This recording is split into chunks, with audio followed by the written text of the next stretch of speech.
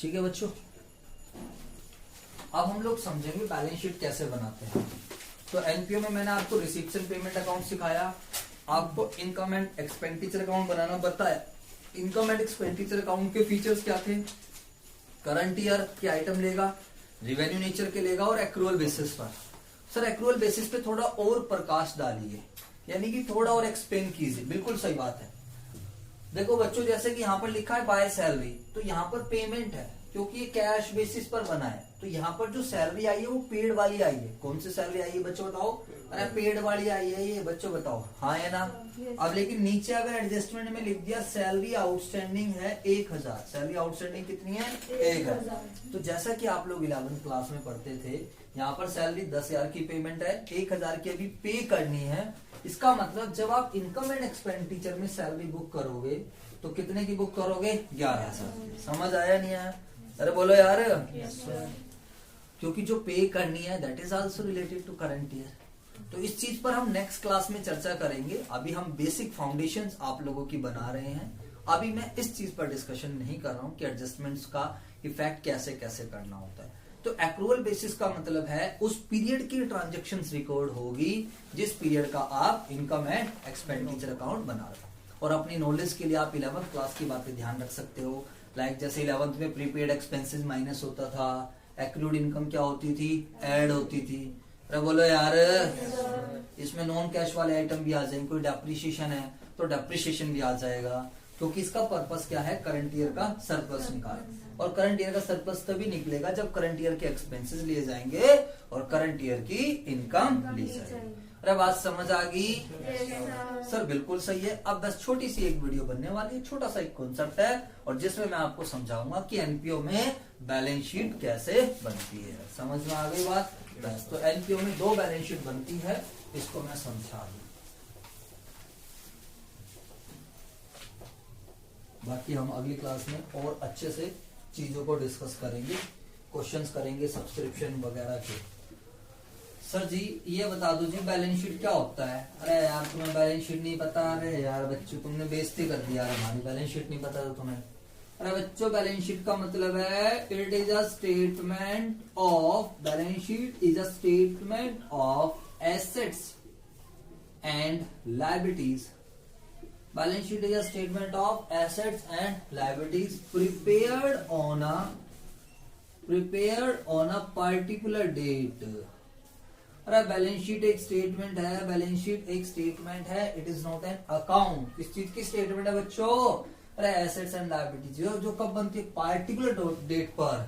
And it is prepared to show the, it is prepared to show the financial position, it is prepared to show the financial position of business। समझ में आया? अरे ये NPO की financial position दिखाने के लिए बनाई जाती है। फाइनेंशियल पोजीशन मतलब इससे हमें पता चल जाता है कि हमारी एसेट्स कितनी है। वाला बच्चों नोटिंग पे नहीं, यहाँ ध्यान दो। तो बच्चों एनपीओ में 2 बैलेंस शीट बनती है। ये मान लीजिए 31 मार्च 21 की बना रहे हो, या फिर हाँ, और ये 1 अप्रैल 20 की है। ठीक है बच्चों। तो जो बैलेंस शीट करंट ईयर की है, एक होती है क्लोजिंग बैलेंस शीट। एक कौन सी बैलेंस शीट होती है बच्चों बताओ? Closing balance sheet. और एक बैलेंस शीट, कौन सी बैलेंस शीट होती है बच्चों बताओ? Opening balance sheet. एक कौन सी बैलेंस शीट होती है? ओपनिंग। समझ आ रहा है कुछ या नहीं आ रहा है? बोलो यार। तो सर क्लोजिंग और ओपनिंग में क्या डिफरेंस है? नोटिंग मत करो, यहाँ समझो। What is the difference in closing and opening balance sheet? तो बच्चों बड़ा सिंपल सा कॉन्सेप्ट है। क्लोजिंग और ओपनिंग बैलेंस शीट में ये डिफरेंस है, क्लोजिंग और ओपनिंग। क्लोजिंग बैलेंस शीट में साल के एंड का डाटा जाएगा, ये क्लोजिंग है, ये ओपनिंग है। क्लोजिंग बैलेंस शीट में साल के एंड का डाटा जाएगा, यानी कि जिस डेट पर आप बैलेंस शीट बना रहे हो उस डेट का डाटा जाएगा। और ओपनिंग बैलेंस शीट में जो डाटा जाएगा वो कब का जाएगा? फटाफट बताओ। साल के शुरुआत। समझ में आया? आप जिस भी डेट को बैलेंस शीट बना रहे हो आपको उस डेट के। अब सर एक बात बताओ, ये हमें मिलेगा कहाँ से? अरे ये रहा, मिलना कहाँ से है? और कोई थोड़ी निकल गया। रिसिप्ट एंड पेमेंट अकाउंट, इधर देखो भाई, नोट क्यों कर रहे हो? समझ लो। रिसिप्ट एंड पेमेंट अकाउंट से जाएगा और एडजस्टमेंट से मिलेगा। कहाँ से मिलेगा? रिसिप्ट एंड पेमेंट से और एडजस्टमेंट। जैसे मैं सिंपल सी बात करता हूँ, ये बताओ ये कौन सा कैश है? ओपनिंग है, सब बच्चों को पता है। तो ये कौन सी बैलेंस शीट में जाएगा बताओ सारे बच्चे। तो ओपनिंग बैलेंस शीट की मैं एसेट साइड में दिखा दूंगा, यहाँ पर कैश इन हैंड और कैश एट बैंक खत्म। समझ में आ गया? अरे बोलो यार। ऐसे क्वेश्चन क्या करेगा, एडजस्टमेंट में बता देगा ओपनिंग बैलेंस। क्वेश्चन एडजस्टमेंट में बता देगा कि ओपनिंग बैलेंस ऑफ एसेट इतना है, क्या मशीनरी इतने की है, लैंड इतने की है, फर्नीचर इतने का है, ये सब चीजें ऐसे बता देगा। बोलो भाई। तो जो जो बताएगा, जो जो क्वेश्चन ओपनिंग बता रहा है वो यहाँ लिख देना। अरे मशीनरी, लैंड, बिल्डिंग, फर्नीचर वगैरह वगैरह, स्टॉक, जो भी चीजें होंगी वो यहाँ लिख देंगे। ठीक है। ऐसे ओपनिंग लायबिलिटीज भी बता देगा question. Opening liabilities like loan बता देगा, कोई क्रेडिटर बता देगा, कोई बीपी बता देगा, जो भी कुछ होगा। और यहाँ पर जब आप ओपनिंग बैलेंस शीट आ रहा है, ये वीडियो में नहीं आ रहा, जब आप ओपनिंग बैलेंस शीट बनाओगे तो कैपिटल फंड निकल कर आएगा बैलेंसिंग फिगर। अरे समझ आई बात या नहीं आई? तो ये कैपिटल फंड रिप्रेजेंट करता है कि एनपीओ में जो पैसा लगा पड़ा है वो कितना पैसा है। एनपीओ में कोई एक बंदा तो पैसा लगाता नहीं है, बोलो। इनिशियल लेवल पर किसी एक के थ्रू पैसा लगाओ, बट धीरे धीरे जैसे जैसे मेंबर जुड़ते रहते हैं, जैसे जैसे लोगों की डोनेशन मिलती रहती है, तो पैसा काफी सारे लोगों का हो जाता है। आई बात समझ? तो ओपनिंग बैलेंस शीट का एक ही पर्पस रहता है, बताओ सारे बच्चे। अरे क्या पर्पस है ओपनिंग बैलेंस शीट का, बता दो बच्चों। कैपिटल फंड निकालना, simple. And closing balance sheet में कुछ ऐसा है ही नहीं, जो आपको सिखाया गया वही सारी चीजें। इधर देखो बातें नहीं, लाइक बस आपको यही ध्यान रखना है कि ओपनिंग बैलेंस शीट किस डेट। बेटा कॉन्सेप्ट समझने पे ध्यान दो भाई, कॉन्सेप्ट समझने पे ध्यान दो।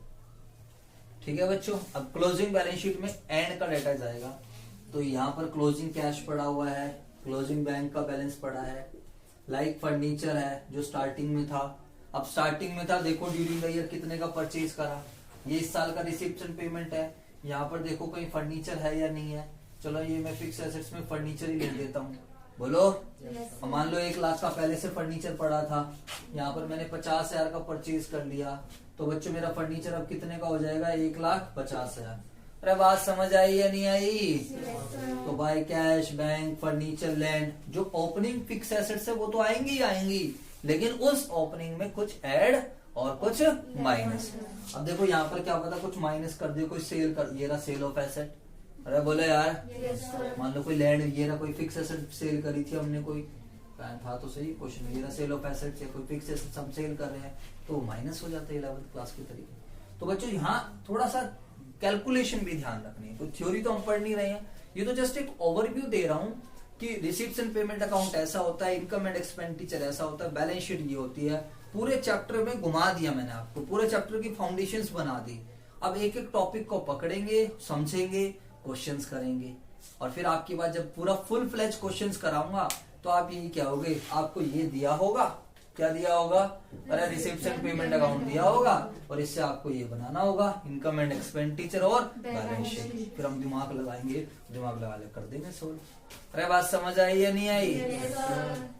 तो cash, bank, furniture, land, building, जो जो एसेट्स हैं, क्लोजिंग डेट, लेकिन जिस डेट पर बना रहे हो आप तो उस डेट पर चाहिए। अच्छा यहाँ पर देखो ये वाला जो कैपिटल फंड है वो तो आएगा ही आएगा, ध्यान से समझो। ये वाला जो कैपिटल फंड है वो तो आएगा ही आएगा। अगर सरप्लस हुआ है तो सरप्लस यहाँ पर ऐड हो जाएगा। अरे बोलो यार। सरप्लस से क्या हो जाता है, अरे बच्चों 11th क्लास में नेट प्रॉफिट से क्या हो जाता था, अरे भाई साहब नेट प्रॉफिट से कैपिटल जाती थी बढ़, बोलो भाई। तो यहाँ सरप्लस का नाम ही तो नेट प्रॉफिट है, या नेट प्रॉफिट का नाम ही तो सरप्लस है।